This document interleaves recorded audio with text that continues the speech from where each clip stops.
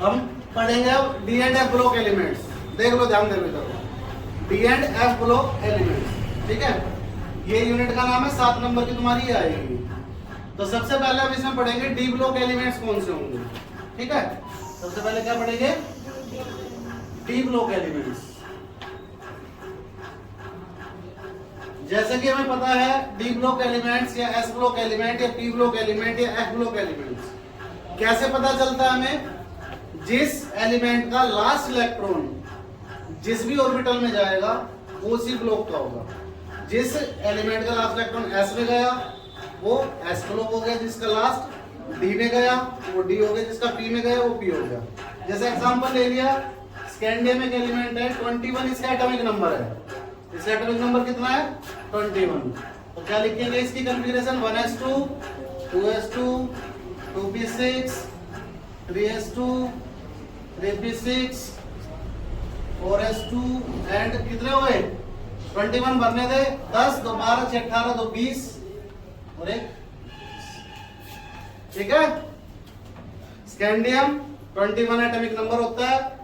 जब हमने electronic configuration लिखी तो लास्ट इलेक्ट्रॉन किस में गया है, डी में गया है। डी में कितने इलेक्ट्रॉन आए हैं, एक इलेक्ट्रॉन आया है। तो लास्ट इलेक्ट्रॉन जिस भी ब्लॉक में जाएगा, जिस भी ऑर्बिटल में जाएगा वो एलिमेंट उसी ब्लॉक का होगा। ठीक है, तो scandium is A D block element. कारण क्या दोगे, क्या रीजन है इसका, क्योंकि लास्ट इलेक्ट्रॉन इसका किस में जा रहा है, डी ऑर्बिटल। जिसका लास्ट पी में जाएगा वो पी ब्लॉक होगा, जिसका लास्ट एस में जाएगा वो एस होगा। जैसे सोडियम आपका 11 1s2 2s2 2p6 3s 11 fill करना है हमें, तो 1s2 2s2 2p6 10 और एक लास्ट किस में गया है, एस में गया है। इसलिए कौन सा है, सोडियम कौन से ब्लॉक का है, एस ब्लॉक का। ठीक है, तो अगर डी ब्लॉक की आपको डेफिनेशन देनी पड़ी है तो आप क्या डेफिनेशन दोगे, डी ब्लॉक एलिमेंट्स कौन से एलिमेंट होंगे, वो एलिमेंट जिनका लास्ट इलेक्ट्रॉन डी ऑर्बिटल में जाएगा वो कहलाएंगे आपके D block element. The element whose last electron enter in D subshell, the element whose last electron, लिख लो, नोटबुक निकाल लो, लिख लो, काम आएगा। The element whose last electron enter in, the element whose last electron enter in D subshell या फिर D block is called D block element। ठीक है, ठीक है, जिसका लास्ट इलेक्ट्रॉन डी में जाएगा वो डी सबशेल का होगा। पीरियोडिक टेबल सभी ने देखी है, पीरियोडिक टेबल में ग्रुप नंबर 3 से ग्रुप नंबर 12। ठीक है, ग्रुप नंबर 3 से ग्रुप नंबर 12 तक कौन से होते हैं, डी ब्लॉक होते हैं। 18 होते हैं ना, टोटल 18 ग्रुप्स होते हैं पीरियोडिक टेबल में। पहले 2 होते हैं एस के, 3 से 12 होते हैं डी के, और 13 से 18 होते हैं पी के। और पीरियोडिक टेबल के नीचे 2 ग्रुप ऐसे लिखे मिलेंगे आपको, वो होंगे एफ ब्लॉक। ठीक है, उनके बारे में हम जब एफ ब्लॉक पढ़ेंगे तब पढ़ेंगे। इस यूनिट को 2 पार्ट में अभी मैं तोड़ रहा हूं। पहले हम पढ़ेंगे डी ब्लॉक्स के बारे में और फिर बाद में हम पढ़ेंगे एफ ब्लॉक के बारे में। ठीक है, तो सबसे पहले मैंने आपको डी ब्लॉक की डेफिनेशन बता दी कि डी ब्लॉक एलिमेंट कौन से होते हैं। अब इनकी जनरल अगर हम इलेक्ट्रॉनिक कॉन्फ़िगरेशन लेके चलेंगे, जनरल इलेक्ट्रॉनिक कॉन्फ़िगरेशन, तो इनकी जनरल इलेक्ट्रॉनिक कॉन्फ़िगरेशन हो गई n-1 d 1 to 10 और ns 1 to 2। ये जनरल इलेक्ट्रॉनिक कॉन्फ़िगरेशन, मतलब d में आपका 1 से 10 तक इलेक्ट्रॉन आएंगे और आपका इसके अंदर ns के अंदर, तो जनरल इलेक्ट्रॉनिक कॉन्फ़िगरेशन इसकी होगी। इसका मतलब क्या है, इसका मतलब ये देखो n, पीरियोडिक टेबल में पीरियड नंबर कितने होते हैं, टोटल 7 होते हैं। तो इसमें हम अगर मैं इनकी जगह 7 रखूं, 7s1 2 हो गया। n की वैल्यू कितनी रखी है मैंने, 7, 6 हो जाएगा, 6d12। ठीक है, इसके बाद n की जगह मैंने रख दिया 6, तो क्या बन गया 6s1 2 2 और 5d12। इसकी जगह 5 रखेंगे तो क्या बनेगा 5s1 2 2 4d1 2 4 रखेंगे तो 4s1 2 2 और 3d1 2 10। 3 रखेंगे तो 3s1 2 2 और 2d, क्या ये पॉसिबल है? सेकेंड ऑर्बिट में d ऑर्बिटल होता है? नहीं होता है। पहले ऑर्बिट में s ऑर्बिटल होता है, सेकंड में s और p होते हैं, थर्ड में s, p और d होते हैं। तो ये पॉसिबल नहीं है। इससे मतलब n की जो वैल्यू है आपकी वो क्या होगी? या तो 4 होगी, 5 होगी, 6 होगी और 7। जब n की वैल्यू 4 होगी तो ये 3d होगा, जब इसकी 5 होगी तो ये 4, 5, ठीक है। इसी तरह से इनको नाम दिया गया। इस वाली सीरीज को बोला गया आपका first D block element series, first D block element series या फिर 3D सीरीज, ठीक है। इसको बोला गया 4D सीरीज या फिर second D block element series. इसी तरह ये थर्ड और ये, ठीक है, समझ गए? ये 4 ही सीरीज हो सकती है, क्योंकि मैक्सिमम वैल्यू n की 7 हो सकती है, 7 से ज्यादा नहीं हो सकती, और मिनिमम वैल्यू d की 3 हो सकती है।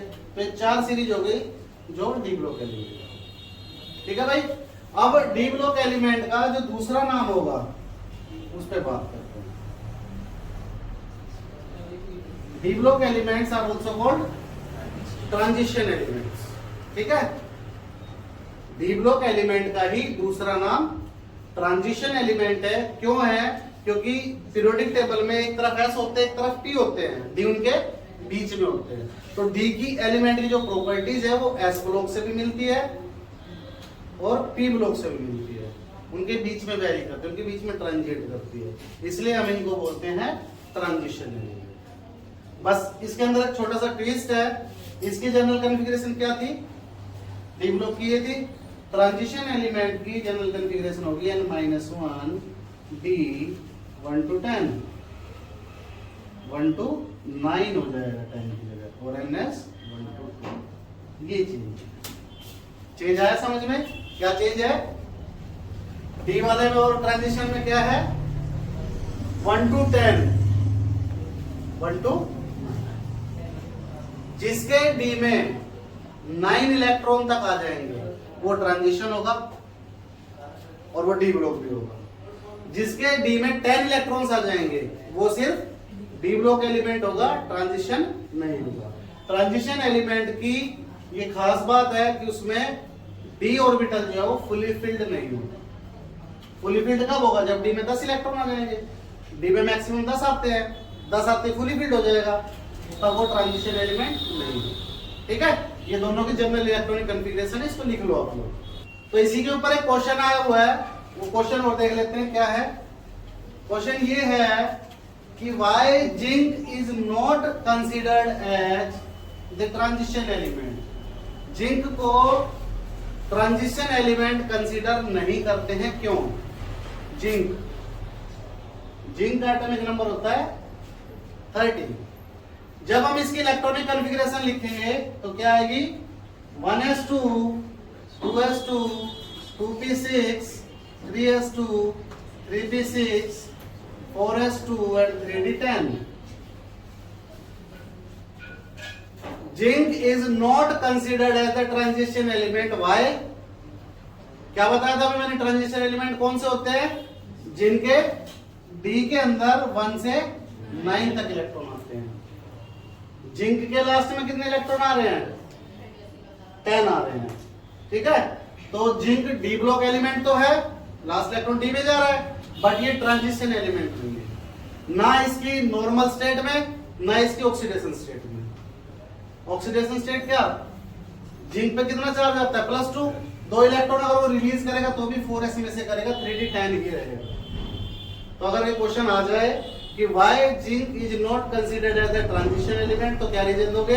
इलेक्ट्रॉनिक कॉन्फ़िगरेशन लिखोगे, उसके बाद लिखोगे कि डी जो है इसका वो फुली फिल्ड है, और ट्रांजिशन एलिमेंट के लिए डी क्या होना चाहिए?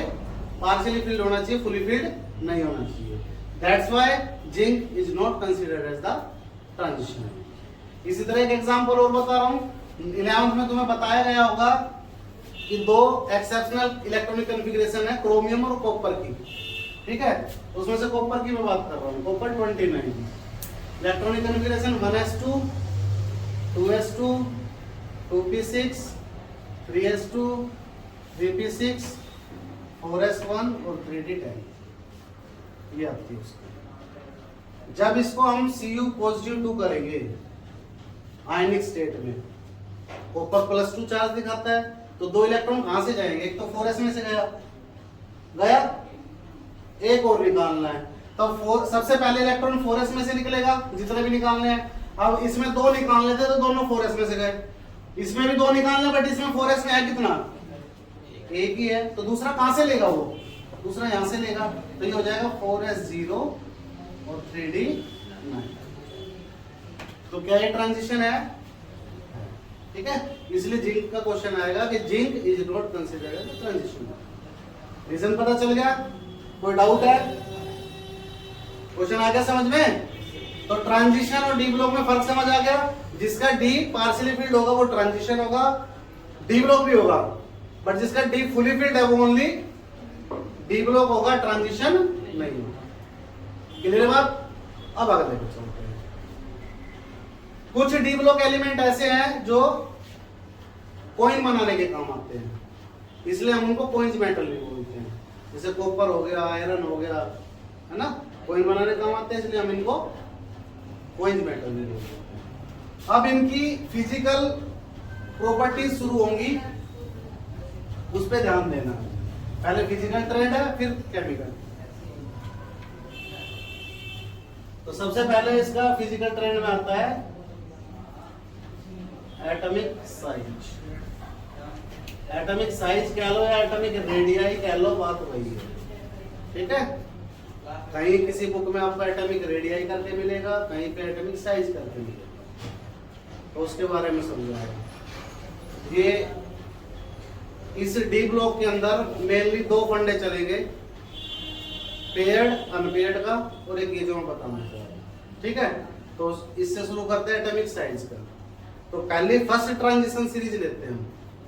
First transition series that is from science teacher very क्रूर मन फी को नी जन।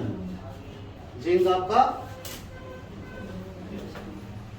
जिंक डी ब्लॉक में आता है ना, तो डी ब्लॉक एलिमेंट मैंने लिख दिया फर्स्ट सीरीज। कितने से कितने तक एटॉमिक नंबर इसका? 21, 22, 23, 24, 25, 26, 27, 28, 29 और 30। एटलीस्ट आपको ये 21 से 30 तक तो याद रखने पड़ेंगे। साइंस टीचर वेरी क्रूर मन फी कोनी पूजन हो गया। साइंस टीचर वेरी क्रूर मन फी कोनी पूजन 21 से 30। ठीक है, इनका एटॉमिक नंबर। क्लियर है बात इतनी? जब हम इनकी इलेक्ट्रॉनिक कॉन्फ़िगरेशन लिखेंगे तो इसकी आएगी 4s2 3d1 लिख के देख लेना, यही आएगी 4s2। इसकी आएगी 4s2 3d2, 4s2 3d3। इस तरह से करते करते आ जाएगी 4s2 3d10। मान लो ये है 4s2 3d6, ऐसे ही बढ़ता रहा है भाई। 4s2 तो हो गया, डी में 1 2 3 4 5 6 7 8 9 10 ऐसे इलेक्ट्रॉन, ये हमने इसकी इलेक्ट्रॉनिक कॉन्फ़िगरेशन। ठीक है, अब इलेक्ट्रॉनिक कॉन्फ़िगरेशन जब हम लिखते हैं तो उसमें जो सबसे बड़ा ऑर्बिट नंबर होता है वही इनके टोटल शेल नंबर होते हैं। तो जब इसकी इलेक्ट्रॉनिक कॉन्फ़िगरेशन लिखी, इसमें टोटल शेल आ गई 4 4 1 2 3 एंड 4। ठीक है, इसमें कितनी आ गई? एक ही पीरियड के हैं। कौन से पीरियड के हैं? 4th पीरियड के हैं। तो जिस पीरियड के होते हैं उतनी ही शेल होती है। जो फर्स्ट पीरियड है उसमें 1 शेल मिलेगी, जो सेकंड पीरियड है उसमें 2 शेल मिलेगी, जो थर्ड पीरियड वाले उसमें, तो ये 4th पीरियड के हैं। तो सब में कितनी शेल है? 4 शेल है। आयरन में कितनी है? वही 4 है। जिंक में कितनी है? क्योंकि ये सारे एक सेम पीरियड के। ठीक है, इसलिए इनमें क्या है? शेल सेम है, सब में 4 4 4 4 से। ठीक है, चलो अब इसकी बात करते हैं। स्कैंडियम, इसका एटॉमिक नंबर है 21। जितना एटॉमिक नंबर होता है उतना ही प्रोटॉन होते हैं और उतने ही इलेक्ट्रॉन होते हैं। ये सबको पता है, जितना एटॉमिक नंबर उतने प्रोटॉन और उतने ही इलेक्ट्रॉन। तो 21 है तो इसमें प्रोटॉन भी 21 पाएंगे, प्रोटॉन न्यूक्लियस में रहते हैं, और इलेक्ट्रॉन भी 21 पाएंगे, इलेक्ट्रॉन बाहर ऑर्बिट में चक्कर काटते हैं, रिवॉल्व अराउंड द न्यूक्लियस। ठीक है, इसका 23 है तो इसमें प्रोटॉन कितने हैं 23 और इलेक्ट्रॉन कितने हैं 23, इक्वल है। इसमें 26 है तो प्रोटॉन हो गए 26 और इलेक्ट्रॉन भी इसमें 30। ठीक है, अब देखो आगे क्या बता रहा हूं। हमने पढ़ा है कि जब हम लेफ्ट से राइट जाते हैं, लेफ्ट से राइट अलोंग ए पीरियड, एक पीरियड के अंदर 11th का याद दिला देता हूं। हम एटॉमिक साइज पढ़ते थे टॉप टू बॉटम और left to right. Top to bottom हम कहते थे शेल नंबर बढ़ते हैं। शेल नंबर क्यों बढ़ते थे? सबसे ऊपर पहला पीरियड, एक शेल, दूसरा पीरियड, दो शेल, तीसरा पीरियड, तीन शेल, तो नंबर ऑफ शेल बढ़ती थी। नंबर ऑफ शेल बढ़ती थी तो साइज अपने आप बढ़ेगा। भाई एक में एक शेल है, अगले में दो शेल है, फिर एक और शेल है, तो शेल नंबर बढ़ता था तो साइज बढ़ता था। लेफ्ट से राइट जब हम जाते थे तो हम कहते थे न्यूक्लियर चार्ज बढ़ता है, और न्यूक्लियर चार्ज की वजह से अट्रैक्शन बढ़ता है। अट्रैक्शन बढ़ता है तो पहले मान लो ऐसे था साइज, धीरे धीरे घटता जाए। कैसे भी एग्जांपल दे रहा हूं। इसमें देखो 21 वाला ले लेता हूं। प्रोटॉन कितने हैं 21, इलेक्ट्रॉन कितने हैं 21, पॉजिटिव 21 है और नेगेटिव भी 21 है, अट्रैक्शन होगा।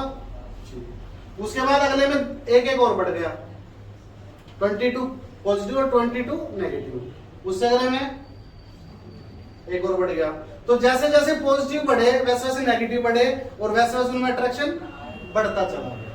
पहले साइज मान लो इस तरह से था, नंबर ऑफ इलेक्ट्रॉन प्रोटॉन बढ़ रहे हैं, अट्रैक्शन बढ़ रहा है, बढ़ रहा है, बढ़ रहा है, बढ़ रहा है। तो जब अट्रैक्शन बढ़ता जा रहा है तो साइज देखो क्या हो रहा है, घटता जा रहा है। समझ गए? ये इसको अट्रैक्ट कर रहा है, फिर ये इसको और ज्यादा कर रहा है, फिर इसको और ज्यादा कर रहा है, फिर ये इसको और ज्यादा कर रहा है। तो जैसे जैसे ये साइज ये था, नंबर ऑफ इलेक्ट्रॉन प्रोटॉन बढ़े, अट्रैक्शन बढ़ा तो साइज भी घटता चला गया। तो हम इस बात को ऐसे कहते हैं कि जब हम लेफ्ट से राइट जाते हैं तो न्यूक्लियर चार्ज बढ़ता है और उसकी वजह से साइज घटता है। ठीक है, लेफ्ट से राइट जब हम चले तो न्यूक्लियर चार्ज बढ़ा और फिर साइज घटा। बट ये इतना नॉर्मल नहीं है जो हम 11th में पढ़ते हैं। इसमें एक इफेक्ट और लगेगा। क्यों लगेगा वो, उसका कारण बता देता हूं। इसमें लास्ट शेल कौन सी है, फोर्थ होगी। 4s में कितने इलेक्ट्रॉन है 2 है, 4s में कितने इलेक्ट्रॉन है 2। उसके बाद इलेक्ट्रॉन किस में जा रहा है 3d में। इसमें 4s2 कहां गए इलेक्ट्रॉन 3d में, इसमें 4s2 इलेक्ट्रॉन कहां गए 3d में। इसका मतलब थर्ड सेल तो ये वाली होगी और से अंदर वाली होगी थर्ड सेल। तो लास्ट वाली शेल को छोड़ के इलेक्ट्रॉन लास्ट से पहले वाली शेल में जा रहे हैं। समझ रहे हो ना बात क्या बता रहा हूं भाई। लास्ट सेल है फोर्थ सेल, फोर्थ सेल के ऑर्बिटल में इलेक्ट्रॉन है, बट किसके अंदर रहे हैं 3d में, 3d1 3d2 3d3। तो लास्ट को छोड़ के इलेक्ट्रॉन कहां जा रहे हैं लास्ट से पहले वाले में, जिसको बोलते हैं पेनल्टीमेट शेल या फिर सेकंड लास्ट शेल। लास्ट से पहले वाली सेकंड लास्ट। तो जब आपका लास्ट को छोड़ के लास्ट से पहले वाली सेल में इलेक्ट्रॉन जाएंगे तो वो जो शेल होगी जिसके अंदर इलेक्ट्रॉन जा रहे हैं वो पूरी तरह से न्यूक्लियस को कवर कर देगी। और जब वो न्यूक्लियस को कवर कर देगी तो बाहर वाली जो सेल है उसका अट्रैक्शन न्यूक्लियस से कम होता चला जाएगा। अब ये लास्ट सेल थी, ये लास्ट से पहले वाली सेल, इसमें इलेक्ट्रॉन जा रहे थे, तो लास्ट का अट्रैक्शन जो था वो न्यूक्लियस से कम होता गया। तो साइज क्या हुआ बढ़ता गया। भाई पहले इससे ऐसे अट्रैक्ट थी, अट्रैक्शन घटता गया, तो साइज में क्या फर्क पड़ा बढ़ता गया। जब इलेक्ट्रॉन लास्ट से पहले वाली सेल में एंटर करता है तो वो न्यूक्लियस को पूरी तरह से कवर करता चला जाता है। इस इफेक्ट को हम बोलते हैं शील्डिंग इफेक्ट। क्या बोलते हैं शील्डिंग इफेक्ट या फिर स्क्रीनिंग इफेक्ट। समझ गए? तो शील्डिंग इफेक्ट या स्क्रीनिंग इफेक्ट क्या होगा, जब इलेक्ट्रॉन लास्ट सेल को छोड़कर लास्ट से पहले वाली सेल में एंटर करेगा उसकी वजह से जो लास्ट वाली सेल होगा उसका अट्रैक्शन न्यूक्लियस से कम होता चला जाएगा। This effect is called shielding effect या फिर स्क्रीनिंग इफेक्ट। ठीक है, इस इफेक्ट को बोलेंगे शील्डिंग या स्क्रीनिंग इफेक्ट। शील्डिंग इफेक्ट आगे समझ में, लास्ट वाली सेल से जब पहले वाली सेल में इलेक्ट्रॉन जाएंगे सेकंड लास्ट में, तो इलेक्ट्रॉन जब जाएंगे तो क्या करेंगे, लास्ट वाली सेल का अट्रैक्शन खत्म करते चले जाएंगे। अब मैं टॉप से लेफ्ट से राइट की बात कर रहा हूँ। पहले डी में एक इलेक्ट्रॉन था, लास्ट से पहले वाली में कितने इलेक्ट्रॉन गए, एक गया, तो क्या वो एक इलेक्ट्रॉन पूरी न्यूक्लियस को कवर कर देगा, नहीं कर पाएगा। फिर दो गए, फिर तीन गए, तो जैसे जैसे इलेक्ट्रॉन ज्यादा बढ़ते जा रहे हैं उनकी कवरिंग बढ़ती जाएगी, और जब उनकी कवरिंग बढ़ती जाएगी तो इसके लास्ट वाले का अट्रैक्शन कम होता जाएगा, तो वो दूर होती चली जाएगी। तो मैं ये कह रहा हूं कि जब हम इधर से इधर जा रहे हैं तो शील्डिंग इफेक्ट बढ़ रहा है, इधर से जब हम इधर जा रहे हैं तो शील्डिंग इफेक्ट बढ़ रहा है। क्यों? क्योंकि डी में एक इलेक्ट्रॉन आया, फिर दो आए, फिर तीन आए, फिर चार आए, ऐसे करते करते 10 तक आ गए। तो जितने ज्यादा इलेक्ट्रॉन सेकंड लास्ट सेल में आते जाएंगे आते जाएंगे आते जाएंगे, उतना ही कवरिंग बढ़ती जाएगी, और जितनी कवरिंग बढ़ती जाएगी उतना शील्डिंग इफेक्ट बढ़ता जाएगा, और जितना शील्डिंग इफेक्ट बढ़ता जाएगा उतना अट्रैक्शन कम होता जाएगा। अट्रैक्शन कम होता जाएगा इसका मतलब शेल दूर होती जाएगी, और दूर होती जाएगी इसका मतलब साइज बढ़ता जाएगा। तो साइज, अब मैंने दोनों चीज बता दी, लेफ्ट से राइट मैंने कहा साइज घटता है, और फिर मैंने ये कहा लेफ्ट से राइट साइज बढ़ता है। पॉसिबल है दोनों चीजें, दोनों पॉसिबल है इसमें। अब इन दोनों को मिक्सअप करके देखो क्या बना। हमने अब तक जो पढ़ा था सिर्फ ये पढ़ा था कि साइज घटता है। अब देखो, शुरुआत में डी में एक इलेक्ट्रॉन है, दो इलेक्ट्रॉन है, क्या पूरा कवर कर पाएंगे? नहीं कर पाएंगे। तो पूरा कवर नहीं कर पाएंगे तो शील्डिंग इफेक्ट कम रहेगा, न्यूक्लियर चार्ज तो वही रहेगा, एक एक बढ़ रहा है तो ज्यादा रहेगा। तो शुरुआत में nuclear charge is greater than shielding effect, ठीक है।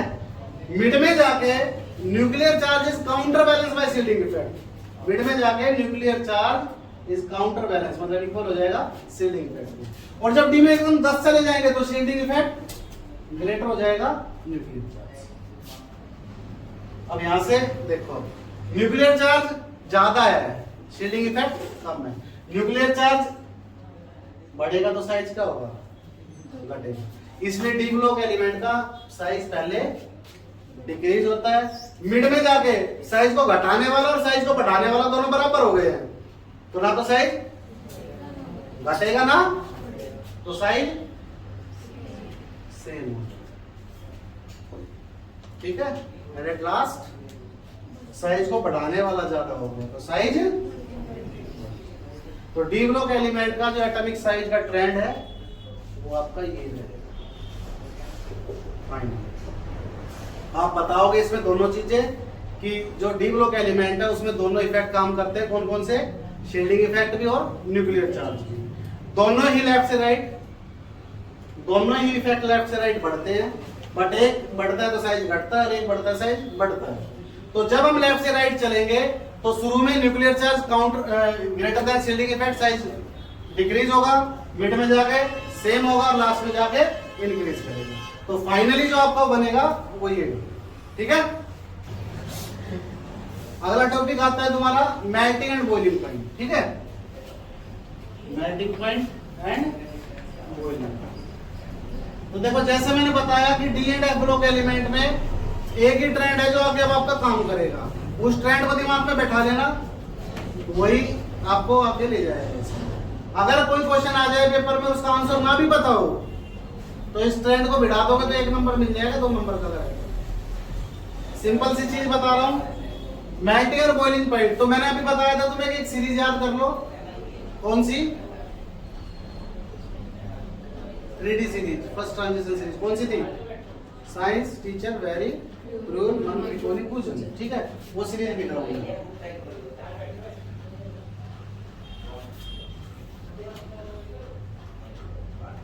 ट्रांजिशन एलिमेंट है सारे, ठीक है। इसकी कॉन्फ़िगरेशन क्या है थी बेटा? 4s2 3d1। इसकी क्या है थी?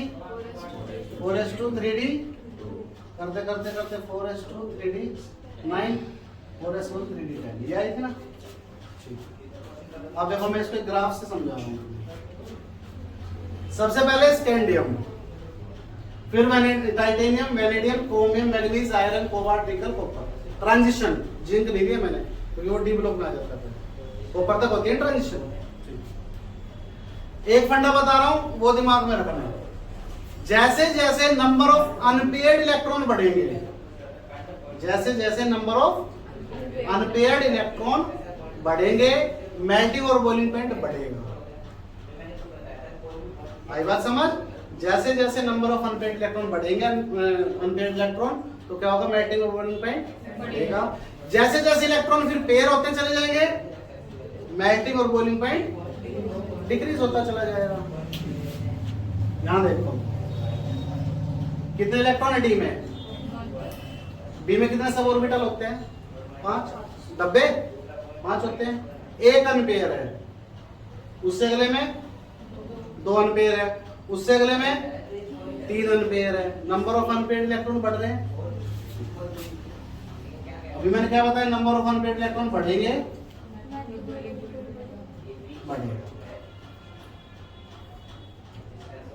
Mn में आता है 4s2 3d5 हो गया।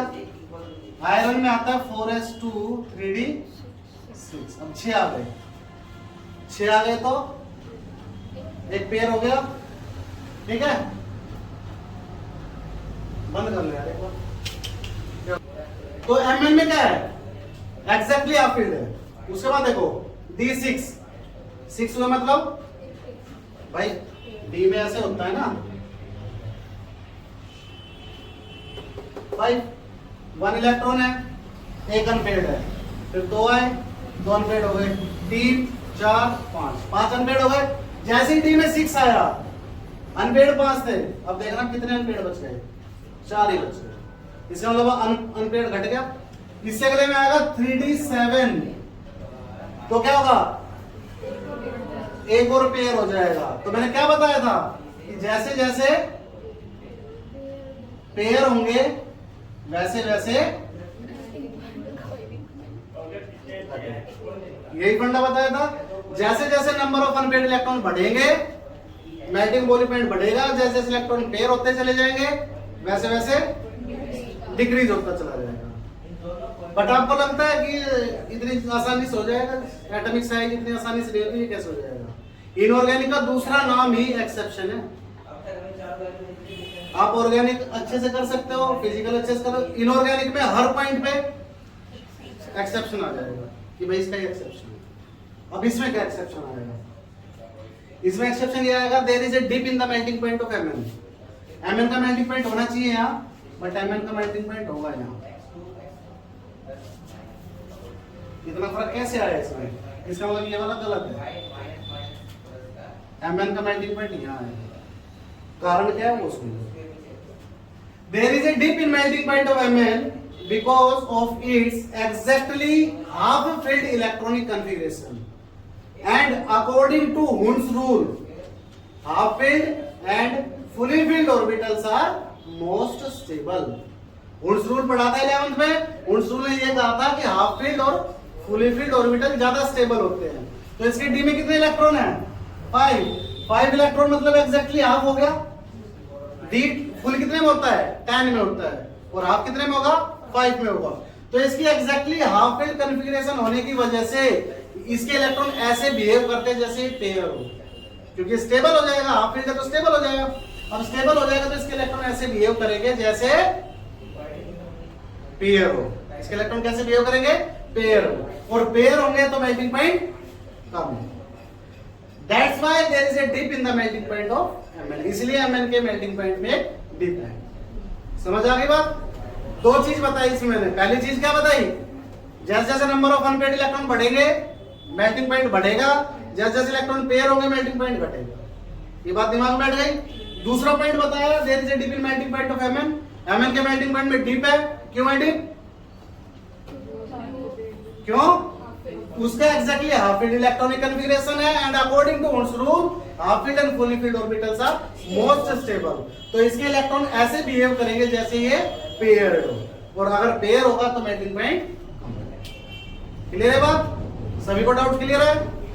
और कोई क्वेश्चन है तो पूछ सकते हो। Thank you.